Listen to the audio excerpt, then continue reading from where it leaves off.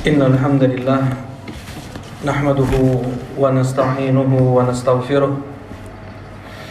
wa na'udzu billahi min shururi anfusina wa min sayyiati a'malina may yahdihillahu fala mudilla lahu wa may yudlil fala hadiya lahu ashhadu an la ilaha illallah wahdahu la syarika lahu wa ashhadu anna Muhammadan abduhu wa rasuluh sallallahu alaihi wa ala alihi wa sahbihi wa sallama tasliman katsira amma ba'd.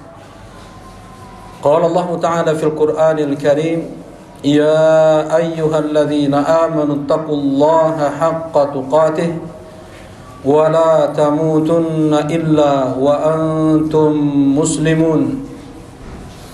Wa qala 'azza fi 'ulah, ya ayyuhan nasu taqu rabbakumul ladzi khalaqakum min nafsin wahidah wa khalaqa minha zawjaha wa batha minhuma rijalan katsiran wa nisaa'a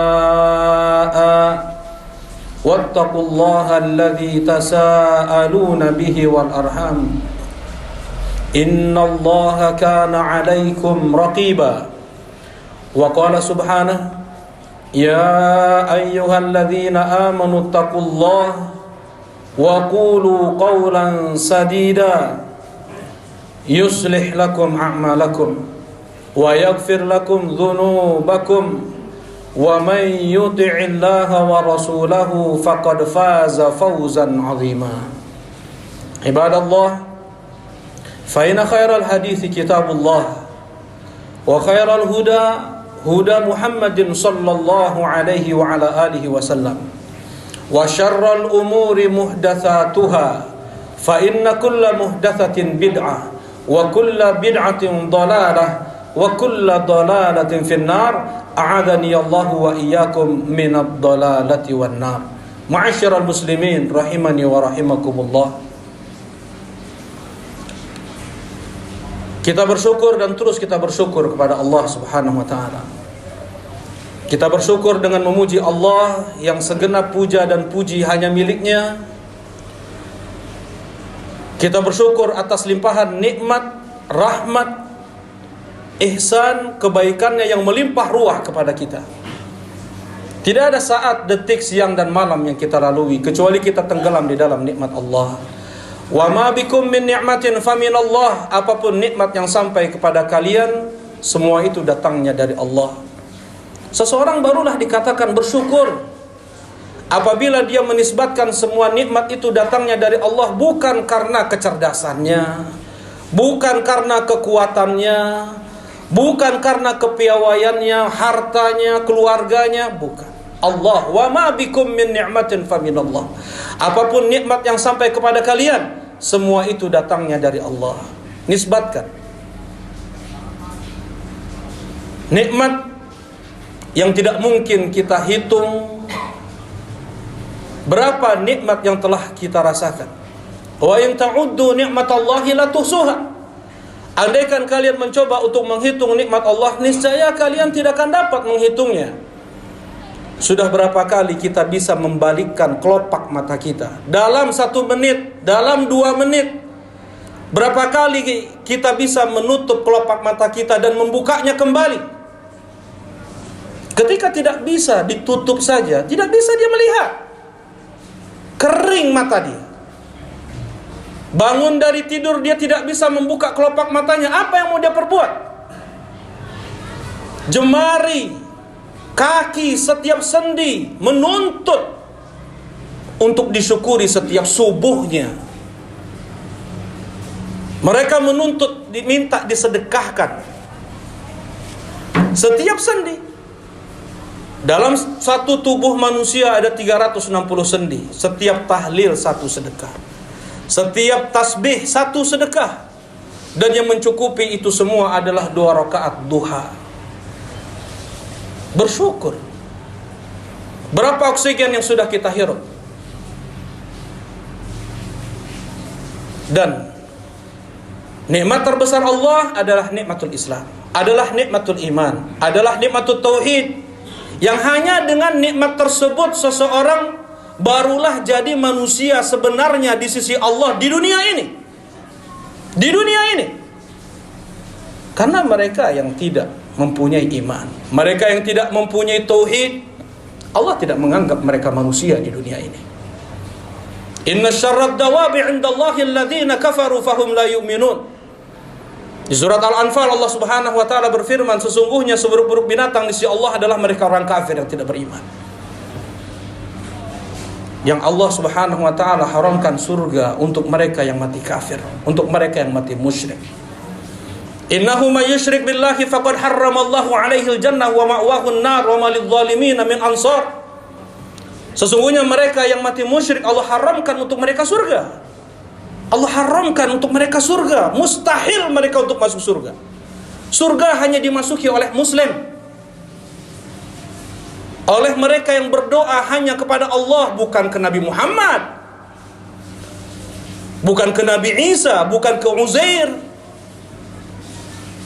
hanya kepada Allah. Wa ma'wahun nar, dan tempat kembali mereka adalah neraka. Wa malidh zalimina min ansar, dan tidak ada penolong untuk mereka nanti di hari kiamat. Mati dalam keadaan belum bertobat dari riyaknya, belum bertobat dari susuknya, belum bertobat dari jimatnya, belum bertobat dari dia percaya ke dukun, paranormal. Jangan harap mendapatkan syafaat Nabi SAW. Rasulullah SAW mengatakan, fahiya na'ilatun insyaallah man mata min ummati la yusyriku billahi syai'an. Syafaatku akan diberikan oleh Allah Subhanahu wa taala kepada mereka yang mati dalam keadaan tidak membawa kesyirikan sekecil apapun itu. Riya, syirik. Sekalipun itu syirik yang tidak mengeluarkan seseorang dari Islam. Tetapi jangan harap dia akan mendapatkan syafaat Nabi Muhammad SAW ketika dia belum bertobat dari riyaknya, dari sum'ahnya. Pula nikmat besar yang Allah berikan kepada kita adalah Al-Quranul Karim. Al-Quran, mukjizat terbesar Nabi Muhammad SAW. Sebagian ulama tafsir mengatakan itu di antara makna Al-Kautsar. Inna a'tainakal kautsar. Kami telah berikan untukmu ya Muhammad nikmat yang sangat banyak melimpah. Nikmat engkau dijadikan Rasul, dijadikan Nabi. Nikmat engkau menjadi Sayyidul Mursalin. Nikmat engkau menjadi syafi', pemberi syafaat al-uzma nanti di hari kiamat. Nikmat yang lainnya adalah Al-Quranul Karim. Allah Subhanahu wa taala berikan kepada Rasulullah Al-Quranul Karim yang masih bisa kita lihat keajaiban, yang kita masih bisa lihat keagungan, kebesaran, mukjizat Nabi Muhammad SAW tersebut sampai sekarang. Berbeda dengan mukjizat yang lain, Isra Mi'rajnya Rasulullah hanya pada saat itu keluar di antara jemari Nabi SAW air yang itu lebih baik daripada Zamzam, bahkan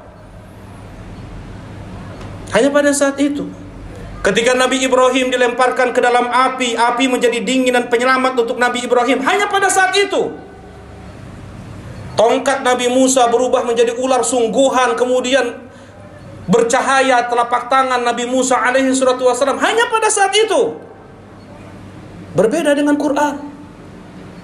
Al-Quran Allah jadikan keajaibannya sampai akhir zaman. Siapapun yang dia membacanya, dia akan melihat keajaiban-keajaiban Al-Quran.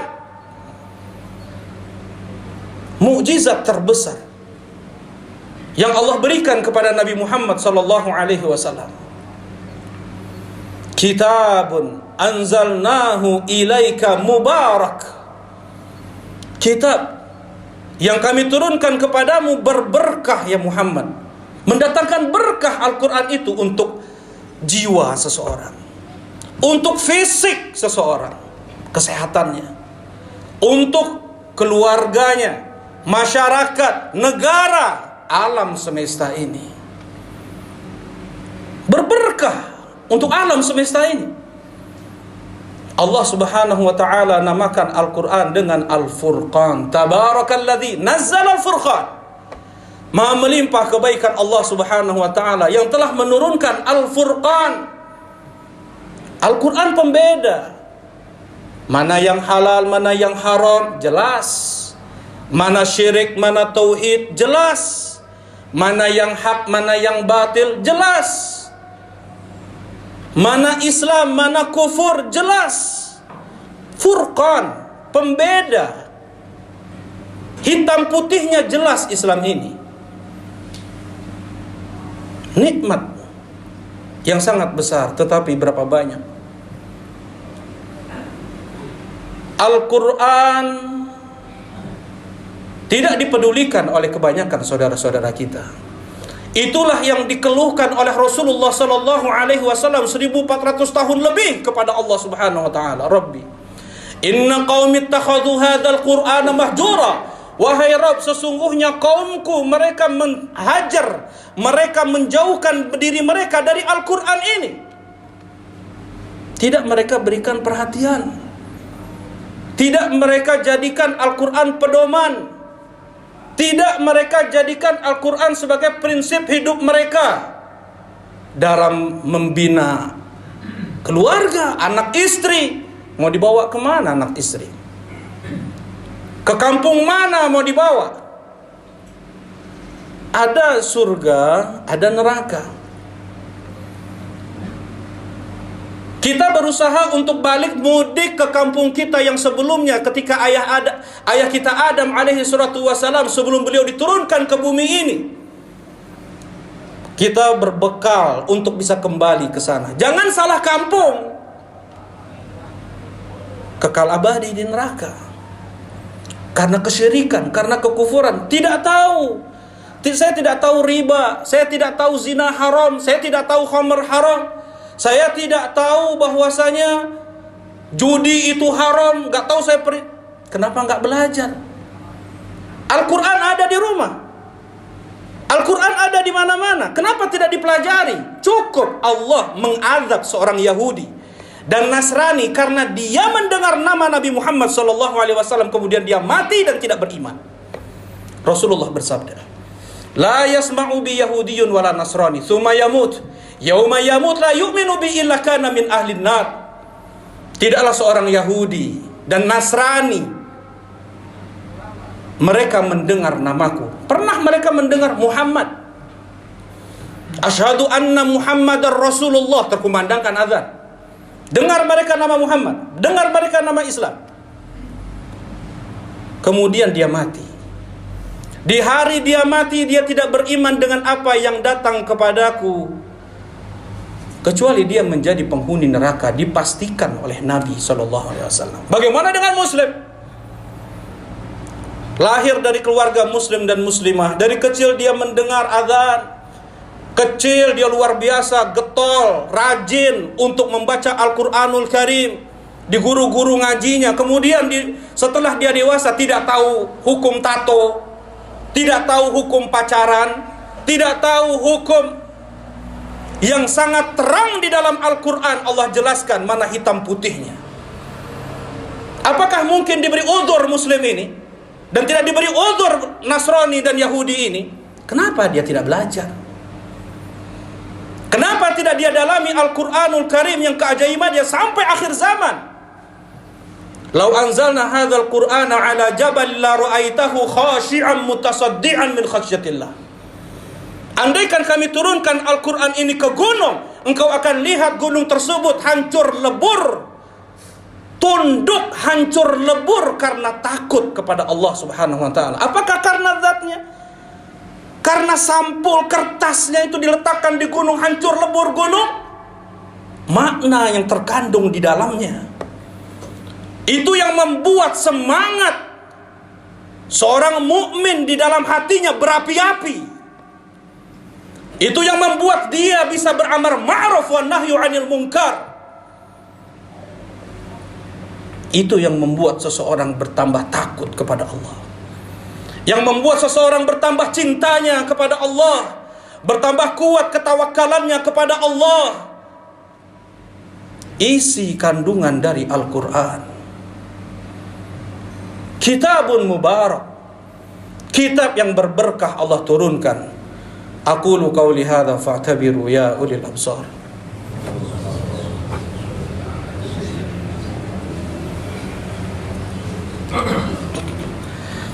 Alhamdulillah, alhamdulillahilladzi hadana lihada wa ma kunna linahtadiya laula an hadana Allah.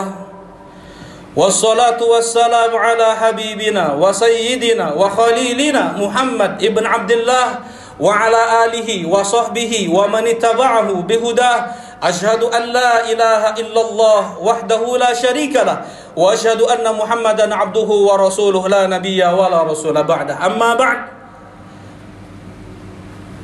Al-Quran diturunkan bukan untuk dijadikan jimat.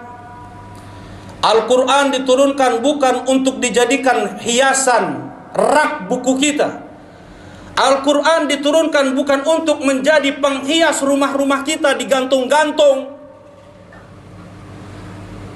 Al-Quran Allah turunkan untuk 6 hal. Allah turunkan Al-Quran untuk kita dengar. Untuk kita dengar. فَإِذَا قُرِئَ الْقُرْآنُ فَاسْتَمِعُوا لَهُ وَأَنصِتُوا لَعَلَّكُمْ تُرْحَمُونَ. Apabila dibacakan Al-Quran, simak oleh kalian, dengar dengan seksama, betul-betul fokuskan telinga kalian, dengar Al-Quran itu, dan diam kalian, agar kalian dapat rahmatnya. Demikian firman Allah. Rasulullah SAW terkadang beliau meminta sahabat beliau, "Aqri alayyal Qur'an." Tolong bacakan Al-Quran kepadaku. Ya Rasulullah, Al-Quran yanzilu ilaika, aqra alaika Al-Quran wa ilaika unzil. Ya Rasulullah, Al-Quran diturunkan kepada engkau, aku bacakan Al-Quran kepadamu, sedangkan Al-Quran diturunkan kepadamu. Inni uridu an asma' min ghairi, aku ingin mendengarkan Al-Quran itu dari selainku. Kemudian Abdullah bin Mas'ud membaca surat An-Nisa. Tiba di satu ayat yang Rasulullah SAW mata beliau sudah bercucuran air mata. Didengar Al-Quran, disimak. Kemudian yang kedua, Al-Quran untuk dibaca. Waratilil Qur'ana tartila, bacalah Al-Quran dengan tartil. Iqra'ul Qur'an fa innahu ya'ti yaumal qiyamati syafi'an li ashabih. Bacalah oleh kalian Al-Quran, karena Al-Quran itu nanti akan memberi syafaat kepada yang membacanya di hari kiamat. Iqra' wartaqi fa inna manzilataka fil jannah fi akhiri ayatin taqra'uha. Terus engkau baca Quran itu, terus engkau naik nanti di surga, karena tingkatanmu di surga nanti sesuai dengan akhir ayat yang kau baca. Seberapa banyak ayat yang kita baca, setinggi itulah tingkatan seseorang nanti di surga. Untuk dibaca Al-Quran. Al-Quran untuk ditadabburi. Bukan hanya seperti koran, bukan hanya seperti artikel atau buku-buku biasa. Al-Quran untuk kita pelajari maknanya, kita telaah, kita hayati, kita maknai, kita tafakuri. Allah Subhanahu wa taala berfirman, "Kitabun anzalnahu ilaika mubarakun liyadabbaru ayatihi." Kitab yang kami turunkan berberkah. Bagaimana bisa berberkah? Agar mereka mentadabburi ayat-ayatnya. Para ulama Abu Bakar, Umar berkata, satu ayat dibaca dengan tadabbur itu lebih baik daripada seseorang menghatamkan Quran tanpa tadabbur, hanya sampai tenggorokan, tidak sampai hati, tidak dia baca artinya, tidak dia baca tafsirnya. Bagaimana dia bisa mentadabburi? Satu ayat dia tadabburi yang mendatangkan cinta dia kepada Allah, lebih membuat dia tambah takut kepada Allah, tambah tawakal kepada Allah. Satu ayat. Karena itu maksud diturunkan Al-Quranul Karim. Al-Quran untuk dihafal. Jangan dijadikan hati kita ini yang menampung memori luar biasa besarnya, berisikan film-film, sinetron-sinetron, cerita-cerita yang gak bermanfaat, ilmu-ilmu yang tidak bermanfaat, bahkan ilmu yang akan memadaratkan dia di akhirat. Hal-hal yang tidak bermanfaat. Allah Subhanahu wa taala berfirman di surat Al-Ankabut ayat 39, surat Al-Ankabut ayat 49. Bal huwa ayatun bayyinatun fi suduril ladina utul ilm. Al-Quran terdiri dari ayat-ayat yang ada di hati-hati para ulama. Dihafal Al-Quran. Al-mar'u alladhi fi jawfihi laysa fihi syai'un minal Quran kal baitil kharib. Seseorang yang di hatinya tidak ada hafalan Quran bagaikan gubuk reot, gampang terkena berita hoax, mencibir si fulan, mencela pemerintah lah, menjelek-jelekan pemerintah lah, terhasut demo ini, demo itu, karena tidak punya prinsip. Lemah agamanya. Hatinya berisikan dengan pemikiran-pemikiran kufar. Rasulullah SAW telah mengingatkan, andaikan ada kekeliruan pemimpin pun bukan dengan cara demo, bukan dengan cara mencaci, mencela, menjadikan mimbar Jumat sebagai celaan untuk pemerintah. Untuk permasalahan istinja diatur dalam Quran. Masa mungkin untuk permasalahan yang lebih besar daripada itu tidak diatur dalam Al-Quran? Mungkinkah? Al-Quran yang kelima untuk diamalkan. Ittabi'u ma unzila ilaikum min rabbikum wa la tattabi'u min dunihi awliya. Amalkan oleh kalian apa yang diturunkan oleh Rabb kalian kepada kalian. Diamalkan Al-Quran. Yang kelima yang terakhir, yang keenam yang terakhir. Al-Quran untuk didakwahkan. Disampaikan kepada yang lain. Ilmu tersebut bukan untuk kita sendiri. Ajak istri kita, ajak anak kita, ajak tetangga kita, ajak keluarga kita. Bukan hanya berkumpul di dunia saja kita berteman. Bagaimana kita semua bisa reuni juga nanti di surga. Nggak dibiarkan mereka percaya dukun, bintang-bintang zodiak, pawang hujan, pakai jimat, pakai susut. Dibiarkan seperti itu. Tidak, didakwahkan. Ballighu anni walau ayat. Sampaikan dariku walaupun satu ayat. Didakwahkan Al-Quran. Qul hadhihi sabili ad'u ilallahi ala basirah. Katakan pada mereka, ya Muhammad, aku ajak orang-orang ke jalan Allah di atas Al-Quran. Dasar dakwah adalah Al-Quran. Bukan menurut saya, menurut hemat saya, agama ini menurut kelompok saya, menurut ustadz saya. Bukan. Agama ini adalah bagaimana kata Allah dan kata Rasulullah, apa kata Al-Quran dan apa kata hadis Nabi SAW. Itu baru agama. Jangan sejajarkan ustadz imam madhab dengan Rasulullah SAW. Satu-satunya manusia yang boleh untuk kita ikuti dalam agama ini hanya Nabi Muhammad SAW. Tidak Abu Hanifah, tidak Malik bin Anas, tidak Syafi'i, tidak Ahmad ibn Hanbal. Mereka semua ulama yang memudahkan kita untuk memahami Al-Quran dan Sunnah. Tetapi manusia tidak ada yang sempurna. Siapa ulama yang sempurna?